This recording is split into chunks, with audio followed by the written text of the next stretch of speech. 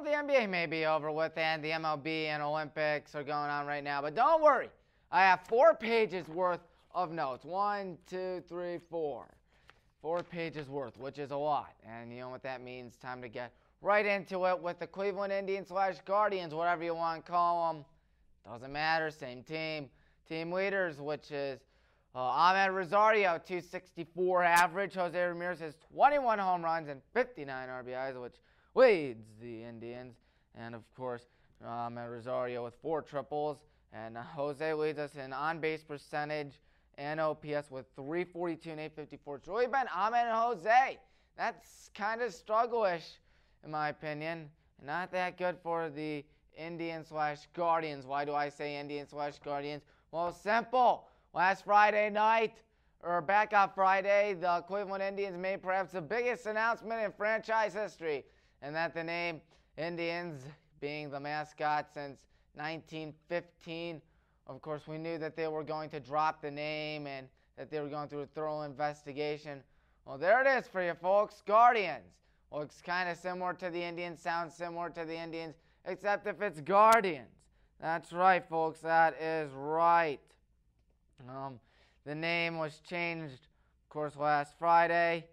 Tom Hanks provided narration, by the way, which was quite interesting to see, and it came a year after all those protests, which, of course, I'm not going to talk about, and, of course, years upon years upon years upon years of protests and controversies surrounding the name, of course. No, they started in the 60s and 70s. It wasn't until the Jacobs Field, Progressive Field era in which these protests started to gain more traction. Yes, the Indians are the latest team to change their name. First time ever since the Tampa Bay Devil Rays. That name has changed, I believe. The team name has changed. Of course, Devil Rays dropped their name to Rays. And, of course, the Rays, the year that happened, they made it to the World Series, so you never know. Of course, that was the greatest comeback ever. And that was a game-tying home run, and Sandy Alomar, Shane Bieber, and the streak. Gotta love Indians-Guardians history, and I'm glad that they didn't get rid of the history. 5th name we've ever had. We were the Cleveland Blues in 1901, Cleveland Broncos the next year, Cleveland Naps, and now finally the Cleveland Indians, and finally the Cleveland Guardians. We'll see if that is going to stay. Of course, the logo has a different looking C. Another logo is a baseball with wings and 2 G's. That's right. As noted, it's quite interesting, especially the fact that the name is derived from the Hope Memorial Bridge and the Guardians of Traffic. Yes, the Guardians are the first thing you see actually in Major League, weirdly enough. I found that interesting to see. And it's almost as if the film predicted the future. By the way, it shares the name of a roller derby team. The Cleveland Guardians is an actual roller derby team. I'm sorry, what? A roller derby team? Why couldn't we do our homework on that? Oh my goodness. But yeah, there's the logo again for you folks. And public reaction, unsurprisingly, very mixed. People are saying this is good for the league, and other people saying it's bad and it's going to spark a debate for a very, very long time. But yeah, the Cleveland Guardians are an actual roller derby team. Let me look it up. Cleveland Guardians roller derby. There it is, the Cleveland Guardians playing roller derby at the top of your screen, folks. Yes, this is actually true. The Cleveland Guardians roller derby. I didn't even know they existed. I'm pretty sure no one knew they existed. There they are, Cleveland Guardians, Cleveland's men roller derby. My goodness. In my opinion on this big name, I really personally don't care what the name is. By the way, Guardians are recruiting for the 2022 season for roller derby. So in case you ever want to do roller derby and want to say you remember the Cleveland Guardians. Oh my gosh. Personally, I wish it was Cleveland Mountainheads, but you heard that a few weeks ago. And to me, I feel like this was probably the best name available because I did not want to go by Cleveland Spiders. I know a lot of people wanted Spiders, but we're honoring the worst team in the history of baseball, 20-134. In fact, the name isn't that bad, come to think about it, and it's just the Indians, except you drop the N but replace it with Gar. And the logo, however, needs some work. It is way too generic and kind of a knockoff, in my opinion. And there it is for you folks, the Cleveland Guardians logo. Heard it on a Twitter rant. Looks like a Disney Channel thing. Yep, there it is for you, ladies and gentlemen. Guardians logo. It does look generic, in my opinion, but the name isn't that bad. But if you flip it sideways, something weird happens. It kind of, if you squint at it, looks like the former logo of the Indians, Chief Wahoo. Is it a coincidence? Is it a conspiracy? It's a conspiracy, man. Maybe it is a conspiracy, man. Of course, that's from the movie Cars. The late, great George Carlin did his voice. He's one of the funniest people ever, but you knew that. But what you didn't know is that if we were to get rid of our history, I would be upset because you can't get rid of 1901 to 2021. You can't do that. That's 121 great years, or 75, almost 75 years of drought. But what would anger me the most is if they'd no longer play in Cleveland. To me, I'm still rooting for the Indians and Guardians. I will still want to announce the Indians/Guardians or Guardians by the time I'm actually announcing them. And the name change, by the way, was inevitable. We saw it. We knew we were going to change the name. The day was basically going to come.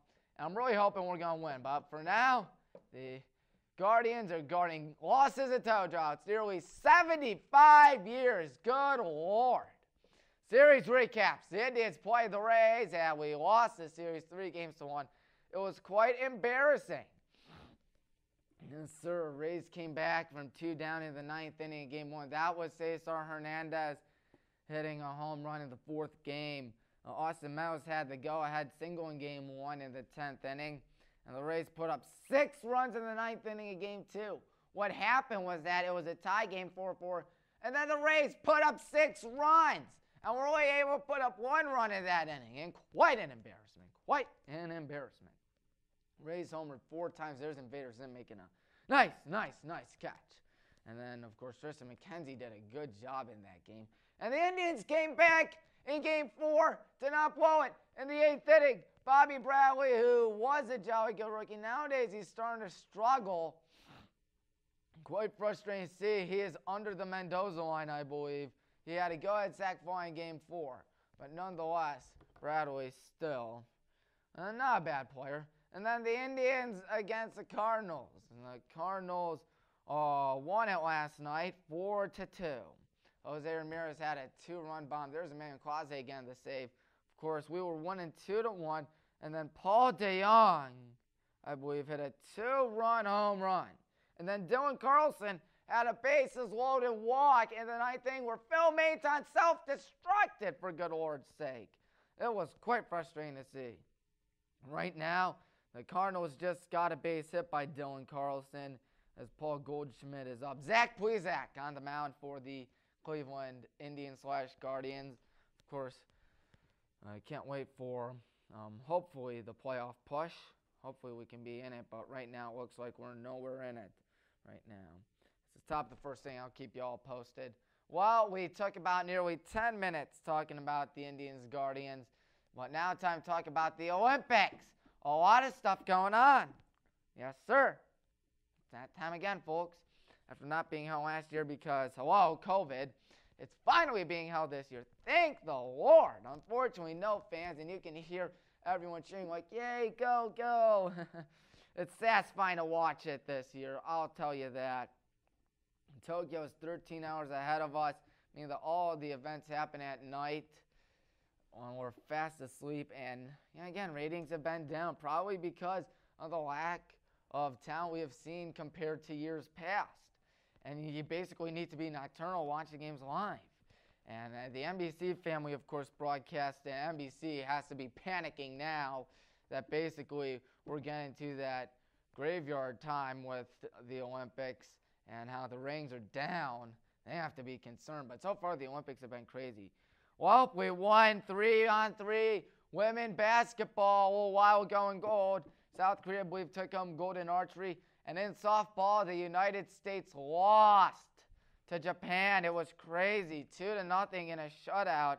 And then France beat the United States in basketball 83-76.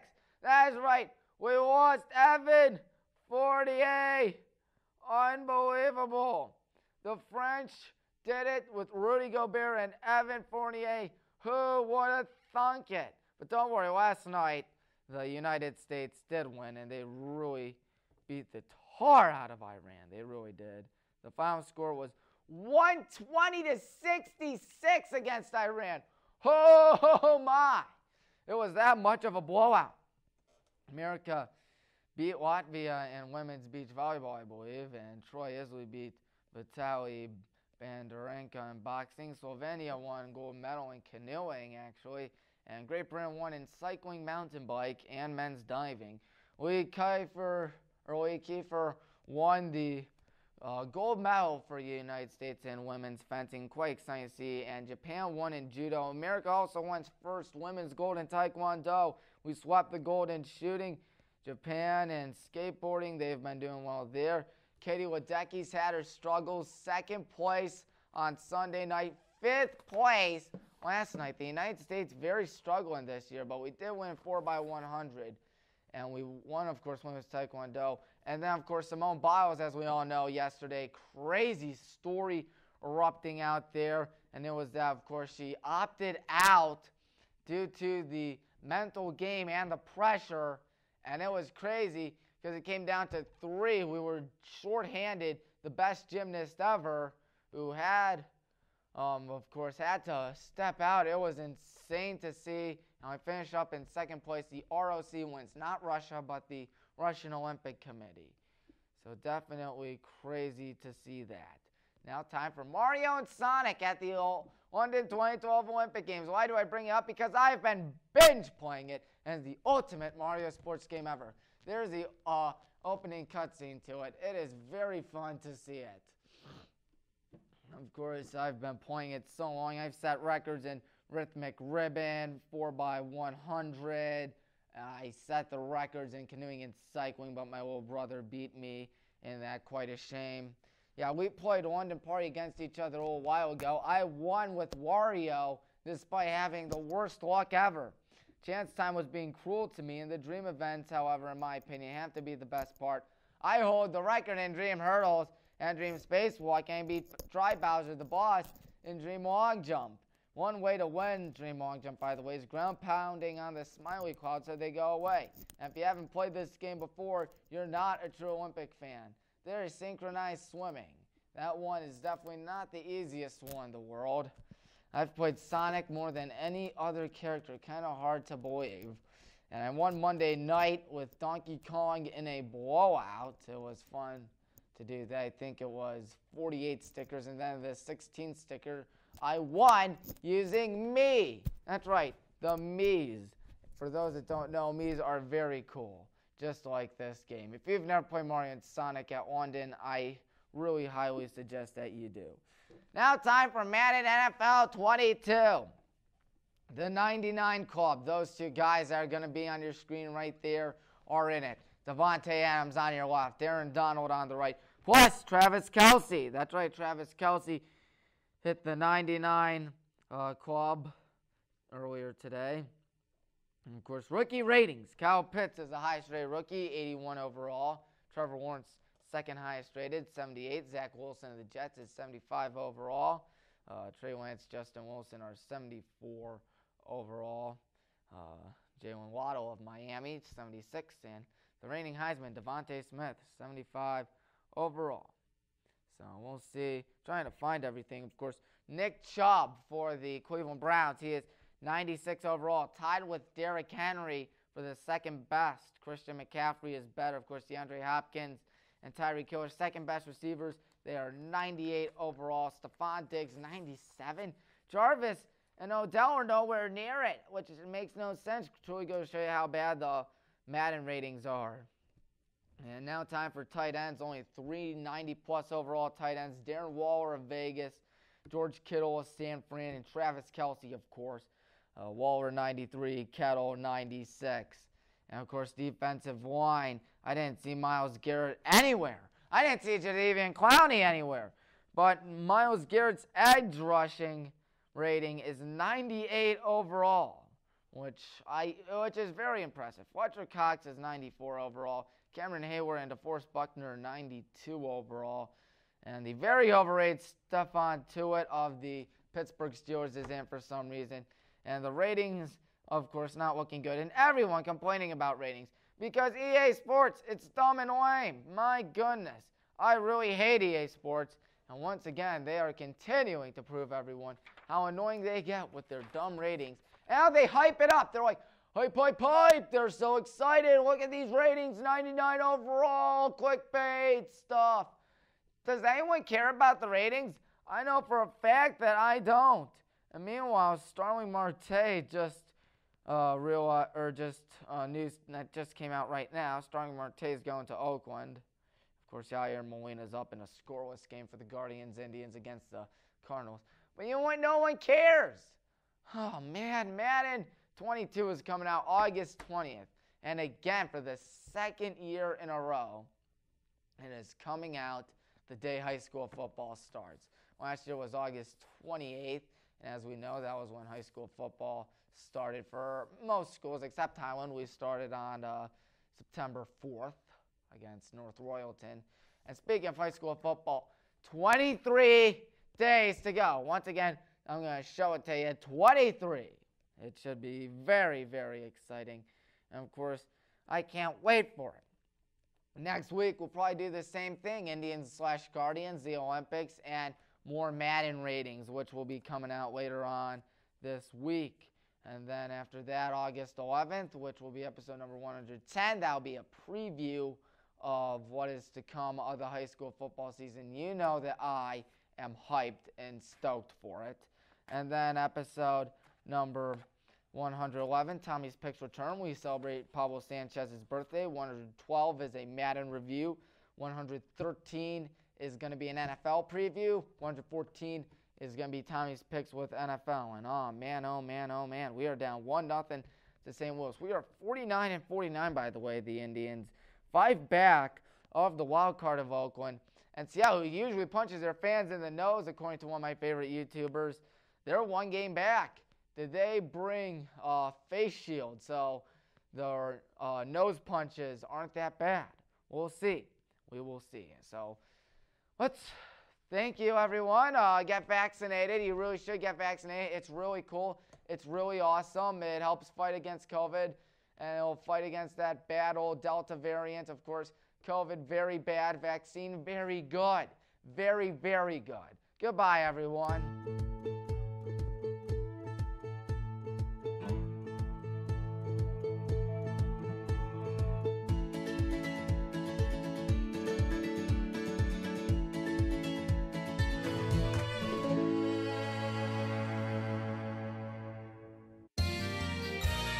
You are watching WCTV, Wadsworth Community Television.